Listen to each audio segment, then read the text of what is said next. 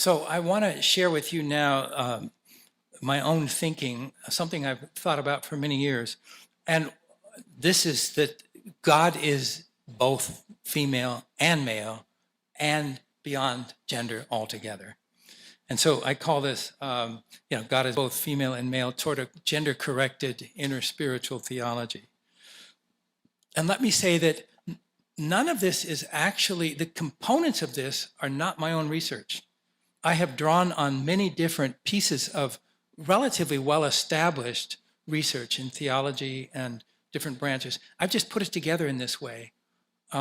So let's start with, so the question is, how do these different theologies relate? The Christian Trinity, the Christian Divine Feminine, the Virgin Mary, Sophia in Judaism, the Kabbalistic Tree of Life, the 10 interlinked Sephirot of the Kabbalah, the Hindu cosmology of Trimurti and Tridevi, which are 3 masculine and 3 feminine deities, etc. How do all these things relate to each other?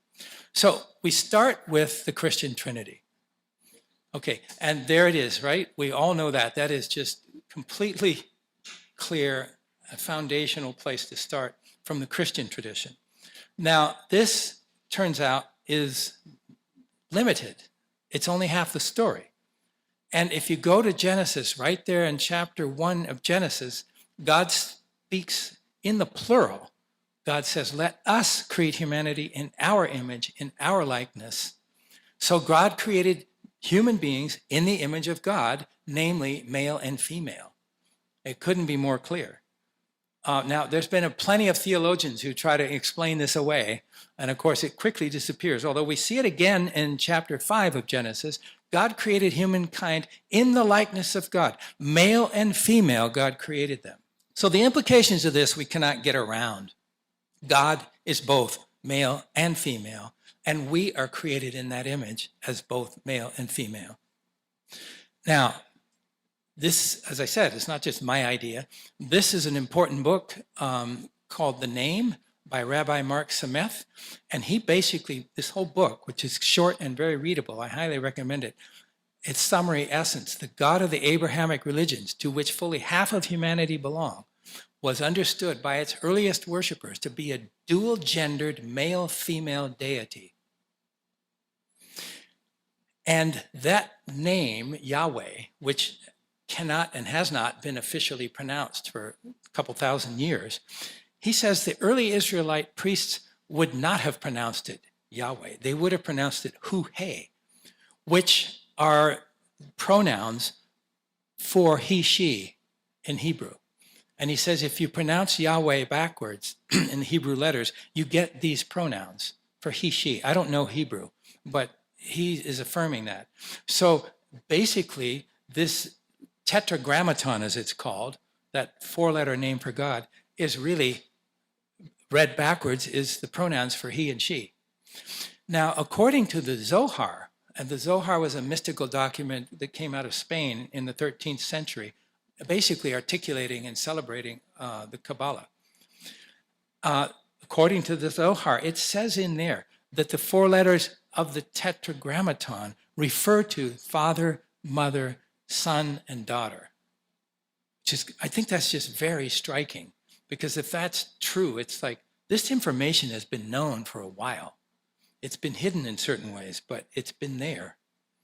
And there's more details I won't go into, but the Vatican librarian, whose name, Lanchi, I think was his name, basically was persecuted for publishing a book about this in the 1830s. Anyway, long story, I won't go into it. Now, there's a major contribution from the Eastern Orthodox Russian school of sociology. And here are the primary figures that I'm aware of. Vladimir Soloviev, Sergei Bulgakov, Pavel Florensky, and also Valentin Tomberg. And basically, they were highly devotional of Mother Mary. And they posit that there is a female side to the Trinity. So we have the regular Trinity, so to speak, regular meaning the masculine side.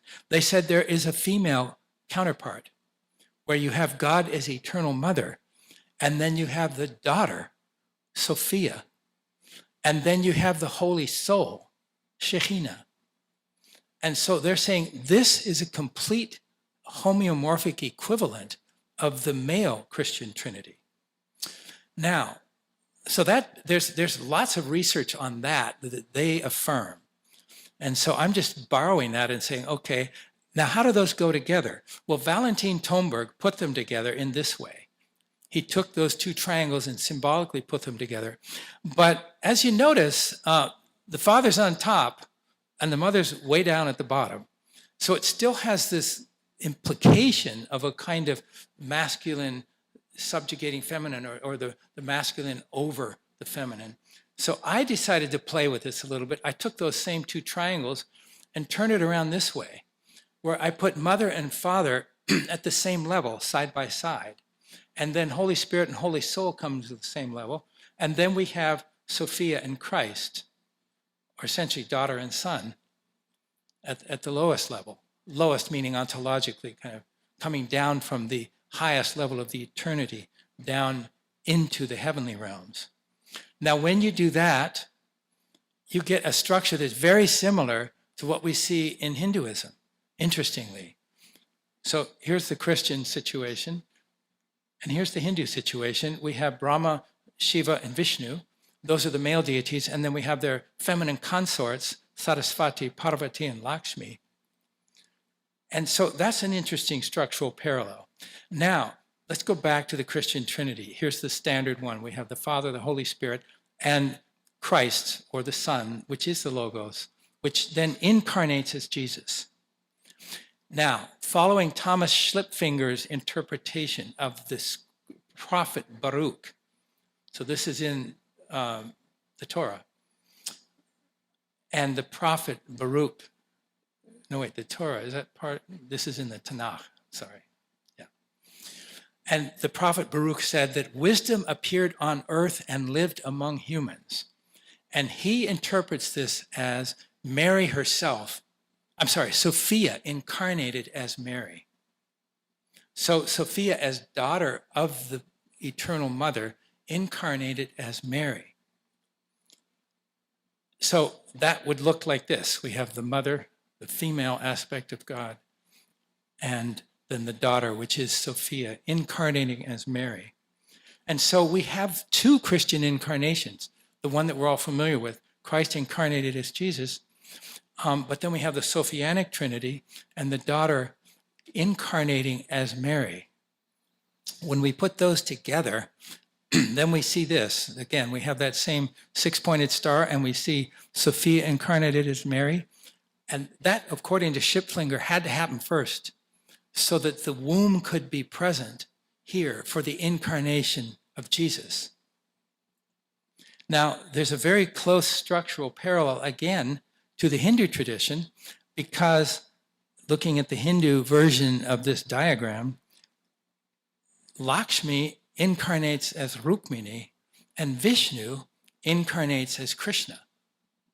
And so when you put these two together, you have a remarkable sort of esoteric identity, in a certain sense, homeomorphic identity between sort of what I would call the Christian kind of gender-corrected Trinitarian theology and the Hindu Trinitarian theology when they're combined. And you get this six-pointed star in both cases. The six-pointed star is the Star of David. And that union of the masculine and feminine aspects is the deeper meaning of the Star of David. But the same is true in Hinduism. The six-pointed star, it appears throughout different religious systems. This is what's called the Seal of Solomon. You also see it in Hinduism as the essence of the heart chakra. This is the symbol for the heart chakra. And it's the union of the masculine and feminine symbolized by that six-pointed star. You also see it in, for example, the integral yoga of Sri Aurobindo, and also in the Sri Yantra, which is the union of the masculine and feminine on all these different levels, symbolized in these traditions, these images from Hinduism.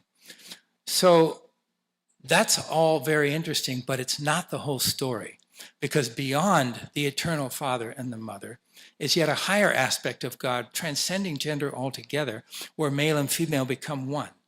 And that's that deity that we were looking at earlier, Ardhanishvara, the cosmic union of Shiva and Parvati. And if we then add this unified he-she deity, that's a deity that's both half male and half female, in that diagram we had earlier, we add that as a point above at the top where the two come together. And then following the principle of Hermeticism, as above, so below, we put a similar point down below. Then we get this diagram. And this starts to look something like, guess what? It's starting to look like the tree of life in the Jewish mystical tradition with these different sephiro. The top one is called the Keter. The bottom one, most of the way down towards manifestation, is called the Yesod. And if we add the Godhead and creation in there, we've essentially reconstructed, so to speak, the Jewish mystical tree of life. To show it more clearly, these are the actual names of the different sephiro in that the energy, spiritual energy centers. And there is a more traditional depiction of the Kabbalah. So in a certain sense, if we start with the Christian Trinity and we add the Sophianic Trinity, and then we add the Ardhanishvara, we get the Kabbalah. It's very loosely, but it symbolically, I think it works.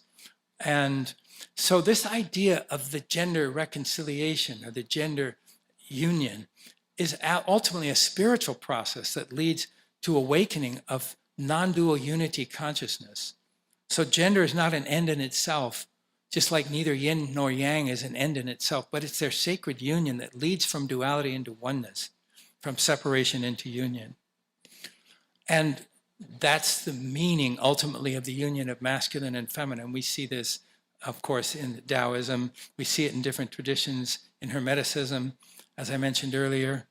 This is another image from the 10th or 11th century of Vajra Varahi. And this image is regarded by scholars as showing that there was some kind of correspondence between Eastern and Western traditions, because it has the Shaivite, the Kundalini, the bone tradition, and the alchemical traditions all represented symbolically in this one art form. And they think that that was happening on the Silk Road, where these traditions were meeting at that time. So to conclude, on the left-hand side and the right-hand side, we have these different symbolic images of the feminine and the masculine at all different scales of the cosmos. And when you bring them together, you get this pattern, which essentially represents the unity of masculine and feminine deity at every level, from the infinitesimal to the infinite. And I'll conclude with this beautiful poem by the Marathi mystic Janeshvar, who says, "I honor the god and the goddess, the eternal parents of the universe. What beauty! Both of them are made of the same nectar and share the same food. Out of supreme love, they swallow each other up, yet separate again for the joy of being two. They're not completely the same, but neither are they different. None can tell exactly what they are.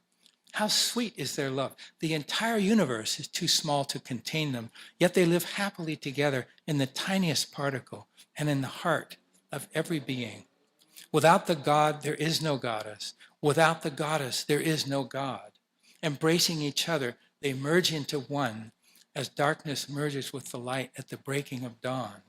When we discover their unity, all words and all thoughts dissolve into silence." And this is a paper I wrote about this just for reference, which is kind of articulating this stuff in more scholarly detail with these diagrams. So thank you very much for listening.